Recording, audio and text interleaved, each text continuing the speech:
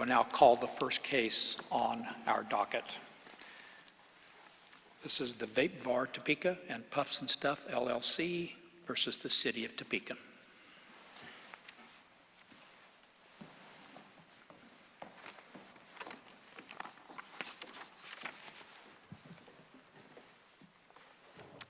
May it please the court, again, Mary Feeney for the City of Topeka. Justice Nuss, may I reserve 2 minutes rebuttal time, please? 2 minutes is granted. This is a very interesting case, and it concerns the intersection of the Home Rule Amendment in the Kansas Constitution, state law, and city ordinance. The Kansas Cigarette and Tobacco Products Act prohibits any person, including tobacco retailers like the Vape Bar, from selling tobacco products to minors. The act also prohibits buying tobacco products for minors. Now, Topeka's ordinance prohibits those same activities, except the ordinance is more restrictive than state law because tobacco retailers are prohibited from selling tobacco products to individuals under 21. So in essence, the Topeka ordinance is more restrictive because it prohibits retailers from selling tobacco products, e-cigarettes, cigarettes to 18, 19, and 20-year-olds. There are 18 cities in Kansas that have similar ordinances. They're generally referred to as Tobacco 21 cities. And that's why this case is so very important. The city's authority is the Home Rule Amendment, which allows cities to pass ordinary ordinances regulating their local affairs in situations where there's a uniform statute and the city wants to supplement state law. The issue for the court is very simple. Does the Tobacco Products Act preempt the city from taking this action, and does the ordinance conflict with the act? Now, I'm going to start with preemption. In order to oust cities from regulating in a particular area, the legislature has to clearly manifest that intent by statute. And that's the doctrine of express preemption. That doctrine was recently reaffirmed by this court in Zimmerman versus Wabaunsee County. But the seminal case is Junction City versus Lee. Junction City versus Lee was a weapons case. State law prohibited the concealed carry of knives and firearms, but the ordinance was more restrictive. It prohibited the open carry of knives and firearms. The defendant argued unsuccessfully that the state had enacted a comprehensive weapons control scheme, thus evincing an intent to preempt the city. This is essentially the same argument that the Vape Bar is making and the position that was adopted by the district court, implied preemption. The Vape Bar's argument is that the Tobacco Act is a comprehensive legislative scheme to regulate the sale of tobacco products, and there's no room for cities to regulate in this area. But Lee rejected the concept of implied preemption and stated that absent a clear expression, we cannot conceive that the legislature intended by either the Weapons Act or the state criminal code, comprehensive though it be, to exclude cities' traditional resources from that endeavor. Now, the legislature does have a mechanism for precluding cities from taking this kind of action, and that is by enacting conflicting law or law that specifically preempts the city from operating. So what does a clear manifestation of intent look like? And that is the Zimmerman versus Wabaunsee County case. That resolution banned commercial wind farms, and that was upheld. The wind farm interests argued, again unsuccessfully, that the Kansas Corporation Commission's power to regulate public utilities was very broad and as such evinced an interest in precluding cities from regulating in the area of commercial wind farms. Again, that's similar to the vape bars argument that the Kansas Department of Revenue has exclusive power to regulate tobacco products. Didn't the district court find that this was even more comprehensive in nature, that it's extremely detailed in its provisions? There's bright lines for its enforcement, especially when it comes to the age requirement. That's what the district court found, and it's that based upon that finding that it's just clear and specific and is intended to be kind of take the field in this area, occupy the field. That's what it found, and what's wrong with that interpretation? Because that concept, I think the district court was ensorcelled by the concept of implied preemption, which this court has not adopted and has specifically rejected, and most recently in the Zimmerman case. Just because a legislative scheme is, as the district court said, comprehensive in design, is simply not sufficient to oust the city from regulating it in the area. How far can the city go in this case? Could the city have gone to age 30, 50, or even banned the sale of tobacco products in the city limits? It couldn't ban the sale of tobacco products because then they would have Trimble problems, Trimble versus City of Topeka. It cannot, state or the city could not ban a legitimate and legal business, which is tobacco retailer. So I don't think that the city could ban the sale of cigarettes. Why not? Is it because such a ban would run afoul of the home rule powers, or for some other reason? It would conflict, and that's the second prong. So if you're conceding a conflict between a city banning the sale of cigarette products to a 22-year-old, how do you draw that fine of a distinction between a 21-year-old and a 22-year-old? Well, I'm not drawing that distinction. I think that the city of Topeka could have gone further and banned older adults as well. And that would be the conflict test. How old? That I don't know. That's a good question, and I thought about that, but I don't know where the line would be drawn when it would tip over into conflicting and essentially eliminating the ability of the tobacco retailers to operate their business. I can't answer that question. I don't know. So is it your position that the legislature has to use specific language such as "we expressly preempt"? Yes. Yes, that is my opinion. The legislature has numerous statutes that preclude cities from regulating in a variety of areas: liquor transportation, firearms, rent control, nutrition labeling, residential sprinklers, residential inspection programs. The legislature knows how to kick cities out of the business of regulating whatever they want the cities not to regulate. And if they want to preclude cities from regulating in the tobacco field, then they know how to do it. How does this ordinance conflict? I mean, one of the conflict tests is that an ordinance prohibits that which a statute authorizes. It's interesting, we have a venue here at the University of Kansas where there's thousands of 18 to 20-year-olds. And those thousands of 18 and 20-year-olds are prohibited by this ordinance, aren't they? I mean, why isn't that a prohibition that conflicts with the statute? Because the test for conflict is, again, in Junction City versus Lee, the statute and the ordinance can both be prohibitory, but the ordinance can be more restrictive as long as it doesn't prohibit something, an activity that is expressly authorized. Well, doesn't the statute expressly authorize a 19-year-old to purchase cigarettes and to sell cigarettes throughout the state? No, the statute does not. The statute merely proscribes selling to minors.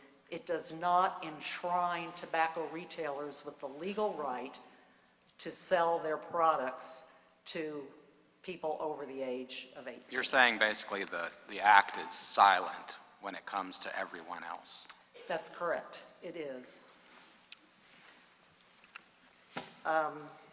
Does the fact that the act seems to contemplate a licensing of someone who is 18 or older change that analysis at all?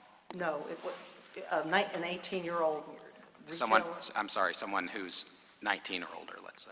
I'm sorry, what is your question? I'm not, The act talks about people who can receive a license, correct, yes. and it provides that, for example, a 19-year-old could receive a license. Correct, yes. So does that, and the question is just, does that change the analysis of No. whether or not there's been an express authorization? No, that would not change the analysis. And help me understand why not. Well, let me talk about two cases, the liquor closing cases. That would be Leavenworth Club Owners Association and the Garten Enterprises cases.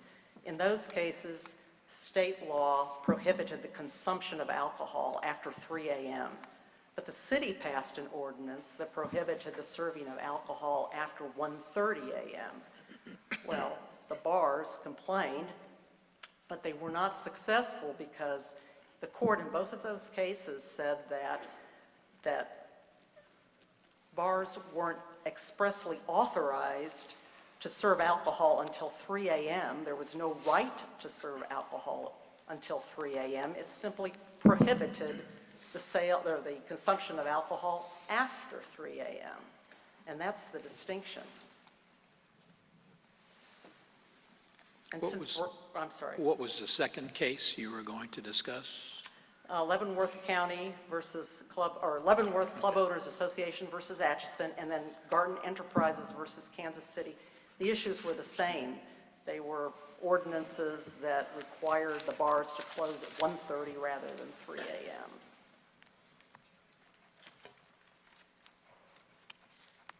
I think, I want to go back to the district court's opinion a little bit. I think that the district court adopted this implied preemption concept, and you can find that concept in Justice Schroeder's dissents in City of Lyons versus Suttle and Junction City versus Lee. And I think that that's what the district court was thinking of when it talked about restricting the city's ability or finding that the Tobacco Products Act was just so comprehensive that cities would have no ability to regulate in that area. And I think that's probably what he might have been thinking about. I'll speak a little bit about conflict. We've already addressed. That would be the second hurdle you have to clear for your client, correct? You have to first show there's no express preemption, No express preemption. And- Second hurdle is conflict. that there is no conflict. Yes, and we've talked about that just a little bit. Let me mention one more case on conflict, City of Wichita versus Hackett, which is the DUI on a bicycle case. Essentially, state law prohibits driving while intoxicated in a motor vehicle, but the City of Wichita went further and prohibited being drunk while operating a bicycle. And in that case, the court upheld the city's ordinance, making a finding that state law did not expressly authorize bicyclists to operate bicycles drunk. State law merely failed to prescribe it. And that's the situation that we have here. The Tobacco Products Act simply prohibits the sale to minors. It is silent on on adults, and it certainly doesn't prescribe the sale. It doesn't prescribe the sale to young adults.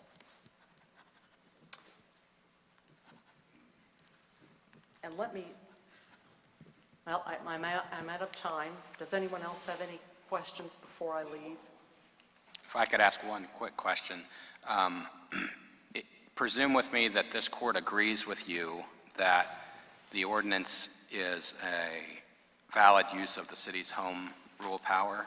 What do we do with the quo warranto claim that the district court dismissed as moot? Do we have to, if we agree with you on the home rule issue, do we have to remand the quo warranto question to the district court? No, I don't believe so.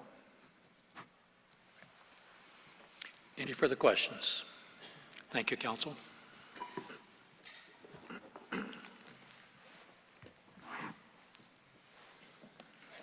Please the court. I'm Tuck Duncan, Topeka, Kansas, representing Vape Bar and Puff and Stuff. These are two licensees.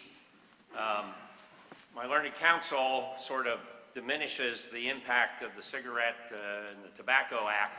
This is a large, comprehensive scheme of regulation that was enacted as really part of the tobacco settlement. It doesn't just merely prohibit selling to people under 18. It sets up a whole series of mechanisms with regard to licensing. It sets up proscriptions in terms of what retailers cannot do. And in exchange for that, it gives them certain rights. And one of those rights is to sell to people who are not minors. So there is a right given to these retailers. It's the same sort of circumstance they had in the Trimble case. And the Trimble case is really the Bay Horse case. I mean, it's the one that's been circulating for literally decades, in and out in terms of its theory of all these home rule cases. Judge Tice got it right. Judge Tice determined that this act or this ordinance was unconstitutional because it conflicted with the uniform state statute applicable to all cities. Now, we have three issues in this case: uniformity, preemption, and conflicts. Everybody agrees that the Tobacco Act is uniform, so we can dispense with that. With regard to preemption, I would like to suggest, even though the Chief Justice wrote the Zimmerman case, that in some ways it's not really on point here because it deals with zoning and it doesn't really deal with enactions of the legislature relative to licensing. Trimble was a licensing case. It dealt with barbers and a new mechanism that the city of Topeka wanted to do with respect to those barbers. And we had another conflict case with, yes ma'am. Counsel, wasn't Trimble also pre-Home Rule Amendment case? Well, yes, but it's been cited by many cases. It was cited in 1971 in a case, and its theory has been cited, and we've had home rule since 1961, even before I started practicing law. So it's been around quite a while. And so the theory is valid, even though it is a pre-home rule decision. And I don't agree that there has to be this absolute, carved in stone, 10th commandment determination that thou shall not, Mr. City or County, enact any type of law that conflicts with this act. Why I shouldn't, think the counsel? more rational way to look Counsel? at this. Yes. Why shouldn't we require that carved in stone statement from the legislature in the face of a constitutional command that we are to construe the home rule power as liberally and broadly as possible? Well, for the same reason that you don't do it when you're looking at federal preemption versus state preemption. When you look, and you've looked at that recently in a couple of cases relating to identity theft and some other things, I believe you wrote a dissent on one of those cases, perhaps, but the point being that if you take the analogy of looking at federal preemption of state law as compared to state preemption of municipalities, which are really subsidiary governments to the state, then the idea of implied preemption would apply under one of two ways. Either it's so obvious that the field in which is being regulated has been taken over by the state, which it is here. It's obvious because it's the Secretary of Revenue who does the suspensions, it's the state that does the tax collections, it's the state that even, and that's one of the conflict issues, says to these retailers, you shall post a sign that says no one under 18 can buy tobacco or e-vape products. So, or it could be in the context. So there are tests for determining implied preemption, and you can look at this liberally, but you've got to look at it in the context of how does the legislature, enact laws. If we don't begin, unfortunately, to look at the implied preemption, what about when they want to do something in the banking code? There's nothing in the banking code that says cities can't enact rules with regard to certificates. There's nothing in the psychologist code and licensing that says that the city can't enact some sort of additional regulations for psychologists within their cities. How about in the Healing Arts Act? And that was even part of the discussion in one of the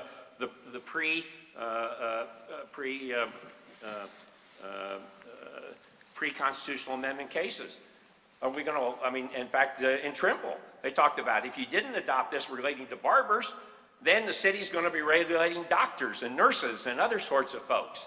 So I think that you can adopt an implied preemption using the tests that you set out in BNSF Railway Company, State versus them, or in the Wichita Terminal Association versus FYG cases, in terms of applying either of the tests for how and when an implied preemption takes place. And we've got to do it. You've got Blevins out there basically saying, well, maybe we can accept this on an implied basis. And then you've got Klein, which kind of indicates that there might be a basis for doing the implication. The Klein case said... Excuse me, counsel, Yeah. before you go further down that implied preemption road, let me refer you to our decision in Steffies v. City of Lawrence. I'm familiar with that case. Here's the difference in that case. The Well, legislature... let me ask my question. We said in 2007, 12 years ago, that, among other things, if the uniform law does not contain language expressly preempting local legislation, the question arises whether home rule supplemental action conflicts with the state law. So we said it pretty clearly there that there has to be language expressly preempting local legislation. To my knowledge, because you're up here arguing that we should have implied preemption, the legislature, at least since 2007, has not followed your request. It's been 12 years they've had to look at Steffies and say, oh, well, perhaps we better change what was said in Steffies. Well, this court is probably... What is your answer as to why they've not done that? Well, first off, this court is very familiar with the slow activity of the legislature. In another context, perhaps, but at least we know that they are not always quick to respond to court pronouncements. But Now, you're a lobbyist, as I understand it. I am. And you're at the legislature every day, 40 every year. years. I am. And So it's if this was such a big deal, perhaps you could have been lobbying that. Well, it took 10 years to get strong beer today in the grocery stores, Your Honor. So, yes, it takes, and I'm a liquor lobbyist, Was that as the Was chief that a is you're aware. welcome we just heard? Pardon me? Was that a you're welcome we just heard? Well, I think it's impractical to think that the legislature is going to go back through all of those books that are out on that table and look at every statute and determine, oops, we better put a provision in here that says no city or county shall enact any ordinance in contravention of this law. Because if we do, it's going to be another decade before we get there. And so the idea of on the implied preemption, and to me, that's really the important message in this case. You know whether or not you're going to determine if in terms of, I mean, the court said, okay, we have some preemption, but there's conflicts too. And you can read through the decision and determine whether or not those conflicts, such as where vending machines are placed and the access, or other issues relating to the posting of signage, or how about the fact that the city ordinance says my retailer can't sell to a minor, but there's nothing illegal about a person under 21 years of age. Those who are 18 to 20 are definitely not minors. They're serving in the armed forces, and they're voting, and they're doing other things. But what the fact is that they're allowed to smoke in the city of Topeka. And there's no prohibition against them doing that, and they're not going to be hauled off in chains and fined and perhaps jailed or criminal charges because they do it. But my retailer is. That's a conflict in and of itself. And that's what the judge found. The judge found sufficient conflicts, and the ones I haven't mentioned are well documented in Mr. Alderson's former Deputy Attorney General amicus brief, where he sets out a number of the conflicts that occurred. So even if you don't buy the preemption, there's plenty of conflicts to go around, and you ought to uphold Judge Tice, because he's a lot smarter than I am, and he wrote a pretty good opinion that details, looking at all the various cases that are in this area. Council, Yes. the city has presented us with a number of cases that the city at least argues stand for the proposition that municipalities have a right to be more restrictive than state law. And they're saying, hey, that's all we did. We're just being more restrictive. What's Well, your best In those cases, argument against that? okay, in those cases, which several are liquor cases, I'm familiar with some of the liquor laws in the state. Several of them were cases where we had a 3 o'clock closing, and the court upheld the ordinance by finding this sort of wiggle room of saying, well, since the legislature hadn't guaranteed them they could be open to 3, there's no problem.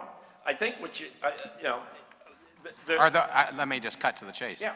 Are all those are you trying to distinguish this case from those cases, or is your argument just those cases are wrong? those cases are wrong. Okay. And they're wrong in light, especially when you look at Levins. Levins sort of contradicts them. And I think Justice Schrader, I think his dissent in the Junction City versus Lee case is something the court ought to consider. The rule denying power to a local body when the state has preempted the field is a rule of necessity based upon the need to prevent dual regulations which could result in uncertainty and confusion. And whether the state has preempted the field to the exclusion of local legislation depends not only upon the language of the statutes adopted, but upon the purpose and scope of the legislative scheme. Now, I'm proud to quote him because he signed the first order that let me practice law after I graduated law school. He was right then, and he's right in this decision. And this court should adopt the former chief's opinion accordingly. Well, what's wrong with without the express preemptive language in a statute that a city or a county or any other municipality implement what they believe are redeeming public health restrictive ordinances such as this? Why can't a city or municipality express their values through this without the language that has an express preemption? Well, first off, they did it in such a way as to set up such conflicts between the state scheme and the city scheme that it's near impossible for a retailer to actually comply with all the state laws and the cities. The city did not do a comprehensive job. They couldn't. It's a uniform act, so they couldn't use a charter ordinance to impose their own rules, which is what they would have done. And so their remedy is the same as mine. Go to the legislature. Ask the legislature, and they did that in the Steffes case, which the justice mentioned. In the Steffes case, the legislature specifically put on the indoor smoking ban that cities have the right to specifically enact ordinances in order to implement prohibitions against smoking indoors. So that's the remedy for them, is to go, is to do what I have to do, and go across the street. They're not very far from the State House. They can walk across the street and go talk to their local legislators and get some changes. The other reason I think that this is, it's not that the state didn't put some language in the statute. It says in the title of that the intent of this act is to regulate the sale of tobacco and or cigarette and tobacco products throughout the state of Kansas. I mean, the statute says that. It just doesn't say it, and no one else shall do anything otherwise. And that's the problem. Other statutes that have no preemption language that you need to think about is if the city can do this for tobacco, why not for lottery? Now, they're prohibited from taxing it, but there's nothing that says in the Lottery Act that they can't enact anything with regard to upping the age from 18 to 21. Or the Healing Arts Act, as I mentioned. Or how about the Trademark Act? There's nothing in the Trademark Act that tells the Secretary of State that no city or county can't implement some additional rules relative to trademarks. I mean, so I think the court's got to look at the total impact of how this preemption regimen is going to affect us in the future as cities get bolder in their ordinance activity. Counsel, I'd like to go back to a general question that Justice Stegall asked you, and it sounds like there was a long list of cases that you think were wrongly decided. Well, So let me refer to one that you may be talking about, City of Wichita v. Hackett. Actually, I don't know that that was wrongly recited, and I'll tell you why. That case, the state legislature had taken no action whatsoever about DUI on bicycles. They'd taken action on DUI on boats and DUI in cars, but they were silent with regard to. So that really is a circumstance where a municipality was extending the application of the DUI law to another mode of transit. And I suspect, knowing Wichita, it's going to next happen, and maybe even here in Lawrence, Kansas, on scooters and bicycles, or well, it's already, but on scooters, which you Skateboards. can now rent and travel. My time is up. It's a great honor to have appeared before you on this stage at the university of my undergraduate experience, and I wait with bated breath for an order affirming Judge Tice's decision. Counsel, real quick. Yes. Let's assume, for the purpose of my question, that we disagree with you, that we decide the ordinance is an appropriate use of home rule powers. You advanced a second claim below.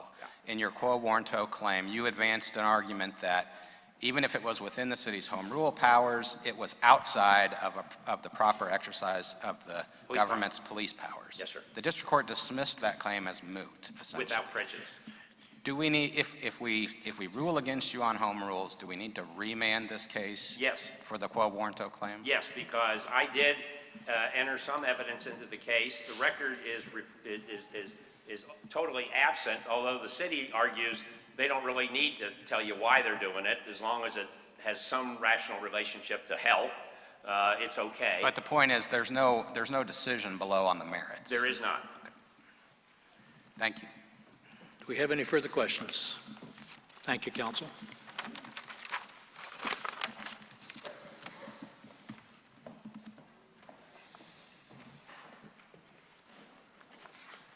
Well, Mr. Duncan is so enthralled with Justice Schroeder, and he cited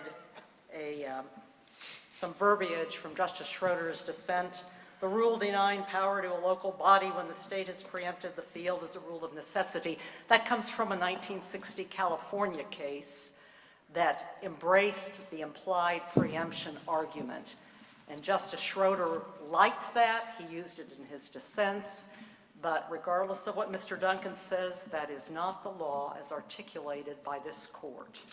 Counsel, the thing that's bugging me right this second on your side of the deal is the title and purpose of the act, 793302, which, as counsel had indicated, says the purpose and intent of this act to regulate the sale of cigarettes and tobacco products in this state.